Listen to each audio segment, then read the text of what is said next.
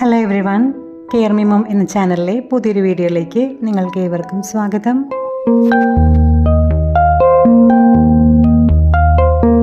കുഞ്ഞുങ്ങളുടെ ഹെൽത്തി ആയിട്ടുള്ള wait ഗെയിനിന് help ചെയ്യുന്ന ഹോം മെയ്ഡ് ആയിട്ടുള്ള 2 റെസിപ്പിയാണ് നമ്മൾ ഇന്നിവിടെ കാണാൻ പോകുന്നത്.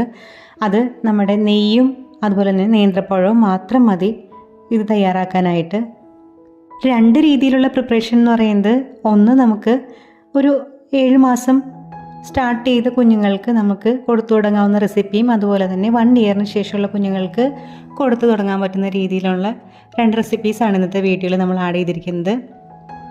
ഒരു കാര്യം പ്രത്യേകം എടുത്ത് പറയുകയാണ്, 6 മാസം വരെ കുഞ്ഞിന് അമ്മയുടെ മുലപ്പാൽ മാത്രമേ കൊടുക്കാൻ പാടുള്ളൂ.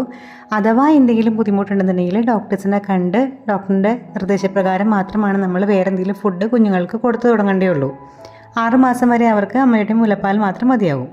അതുപോലെ തന്നെ നമ്മൾ 7-ാം മാസത്തിൻ്റെ തുടക്കത്തിൽ കുഞ്ഞുങ്ങൾക്ക് ഭക്ഷണം കൊടുക്കുമ്പോൾ വളരെ എളുപ്പത്തിൽ ദഹിക്കുന്നതും ലഘുവായിട്ടുള്ള ഭക്ഷണം വേണം കൊടുത്തു തുടങ്ങാനായിട്ട്. ഉദാഹരണത്തിന് റാഗിക്കുറുക്കോ അല്ലെങ്കിൽ കണ്ണൻകായ കുറുക്കോ അല്ലെങ്കിൽ സൂചി ഗോതമ്പിൻ്റെ കുറുക്കോ കൊടുത്തു തുടങ്ങാം. അത് കൊടുത്ത് ഏകദേശം കുഞ്ഞിന് ദഹന പ്രശ്നങ്ങളൊന്നും ഇല്ലയെന്ന് കണ്ടു കഴിഞ്ഞാൽ നമുക്ക് പതുക്കെ പുതിയ ഫുഡിലേക്ക് കടക്കാവുന്നതാണ്. ഇന്ന് നമ്മളിവിടെ ചെയ്യുന്നത് നേന്ത്രപ്പഴം പുഴുങ്ങി അത് നെയ്യ് ചേർത്തിട്ട് കുഞ്ഞുങ്ങൾക്ക് കൊടുക്കുന്നതാണ് ആദ്യത്തെ ഒരു റെസിപ്പി കാണിച്ചിരിക്കുന്നത്. അതും നമ്മുടെ കുഞ്ഞുങ്ങളുടെ ഡൈജഷന് പറ്റുന്ന രീതിയിൽ, നമ്മൾക്ക് അമ്മമാർക്കാണ് അറിയുള്ളൂ നമ്മുടെ കുഞ്ഞിൻ്റെ ഡൈജഷൻ എങ്ങനെയാണെന്നുള്ള കാര്യം. അപ്പോൾ നമ്മൾ നോക്കിയിട്ട് വേണം ആഡ് ചെയ്ത് കൊടുക്കാനായിട്ട്.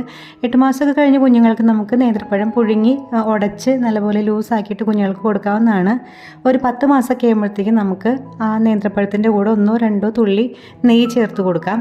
1 വയസ്സ് കഴിഞ്ഞ കുഞ്ഞുങ്ങൾക്ക് നമുക്കൊരു 1/2 ടേബിൾ സ്പൂണെങ്കിലും നമുക്ക് നെയ്യ് ചേർത്ത് കൊടുക്കാവുന്നതാണ്, നേന്ത്രപ്പഴം കൊടുക്കാവുന്നതാണ്. അതുപോലെ തന്നെ കുഞ്ഞുങ്ങൾക്ക് ഭക്ഷണം കൊടുക്കുന്ന സമയത്ത് നല്ലപോലെ ഉടച്ച് അവരുടെ തൊണ്ടയിൽ കുടുങ്ങാത്ത രീതിയിൽ വേണം ഏത് ഭക്ഷണവും നമ്മൾ കൊടുക്കാനായിട്ട്. 1 വയസ്സിന് ശേഷം പല്ലുകളൊക്കെ വന്ന് ഭക്ഷണം ചവച്ച് കഴിക്കാൻ പറ്റുന്ന രീതിയിലുള്ള കുഞ്ഞുങ്ങളാണെന്നുണ്ടെങ്കിൽ മാത്രമേ നമ്മൾ ഭക്ഷണം ചെറിയൊരു കട്ടിപ്പരുവത്തിൽ കൊടുക്കാവൂ. പല്ലില്ല എന്നുണ്ടെങ്കിൽ നമ്മൾ നല്ലപോലെ കുഴച്ചുടച്ചിട്ട് വേണം കുഞ്ഞുങ്ങൾക്ക് കൊടുക്കാനായിട്ട്. അതുപോലെ തന്നെ പുതിയൊരു ഫുഡ് കൊടുക്കുന്ന സമയത്ത് എപ്പോഴും രാവിലെ കൊടുക്കാൻ നോക്കുക. അതും വളരെ ചെറിയൊരു ക്വാണ്ടിറ്റിയിൽ 1-2 സ്പൂൺ കൊടുത്തതിന് ശേഷം കുഞ്ഞിന് വേറെ വയറുവേദനയോ അല്ലെങ്കിൽ മോഷൻ്റെ ബുദ്ധിമുട്ടോ ഒന്നും ഇല്ലെന്ന് കണ്ടു കഴിഞ്ഞാൽ മാത്രം നമുക്ക് തുടരെയുള്ള ദിവസങ്ങളിൽ ക്വാണ്ടിറ്റി കൂട്ടി തുടങ്ങാവുന്നതാണ്. നമ്മുടെ നാട്ടിൽ തന്നെ സുലഭമായിട്ട് കിട്ടുന്ന നേന്ത്രപ്പഴത്തിൽ ഒരുപാട് ഫൈബർ അടങ്ങിയിട്ടുണ്ട്. അതുപോലെ തന്നെ vitamins, minerals, antioxidants, potassium എല്ലാം ധാരാളം അടങ്ങിയിട്ടുണ്ട്. അതുകൊണ്ട് നമുക്ക് വിശ്വസിച്ച് കുഞ്ഞിന് കൊടുക്കാവുന്നതാണ്. അതുപോലെ തന്നെ ശ്രദ്ധിക്കേണ്ട ഒരു കാര്യമാണ്, നമ്മൾ കുഞ്ഞിന് ഭക്ഷണം കൊടുക്കുന്ന സമയത്ത് കുഞ്ഞുങ്ങൾക്ക് എന്തെങ്കിലും ബുദ്ധിമുട്ട് തോന്നുകയാണെന്നുണ്ടെങ്കിൽ നമ്മളപ്പോൾ തന്നെ ഫുഡ് നിർത്തിവെച്ചും ഡോക്ടറെ കാണിച്ച് ഡോക്ടറുടെ നിർദ്ദേശപ്രകാരം മാത്രമേ പിന്നീട് നമ്മൾ ആ ഫുഡ് കൊടുക്കാൻ പാടുള്ളൂ. കാരണം ഓരോ കുഞ്ഞുങ്ങളുടെയും ദഹന വ്യവസ്ഥ വ്യത്യസ്തമാണ്. അതുകൊണ്ടാണ് പിന്നെയും എടുത്തു പറയുന്നത്.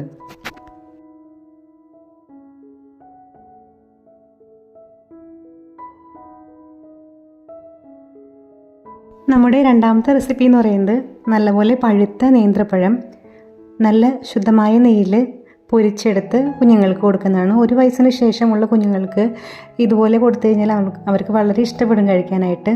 വളരെ ഒന്ന് ഉടച്ച് വേണം കൊടുക്കാനായിട്ട്. പല്ലുള്ള കുഞ്ഞുങ്ങളാണെങ്കിൽ നമുക്ക് ചെറിയ കഷ്ണങ്ങളായിട്ട് കൊടുക്കാം. അതല്ല, പല്ല് വന്നിട്ടില്ല എന്നുണ്ടെങ്കിൽ നല്ലപോലെ ഉടച്ച് വേണം കുഞ്ഞുങ്ങൾക്ക് കൊടുക്കാനായിട്ട്. ഞാൻ ഈ പല്ലിൻ്റെ കാര്യം എടുത്ത് പറയുന്നത്, എൻ്റെ മോന് 1.25 വയസ്സ് കഴിഞ്ഞതിന് ശേഷമാണ് പല്ല് വന്നു തുടങ്ങിയത്. അപ്പോൾ അതുവരെ ഞാൻ അവന് ഇതുപോലെ തന്നെ പഴമൊക്കെ നെയ്യിൽ വറുത്തിട്ട് നല്ലപോലെ ഉടച്ചാണ് കൊടുത്തുകൊണ്ടിരുന്നത്. 2 വയസ്സിന് മേലുള്ള കുഞ്ഞുങ്ങൾക്കൊക്കെ നമുക്ക് ഇതുപോലെ നെയ്യിൽ വറുത്ത് ഡയറക്റ്റ് കുഞ്ഞുങ്ങൾക്ക് ഫിംഗർ ഫുഡായിട്ട് കൊടുക്കാവുന്നതാണ്.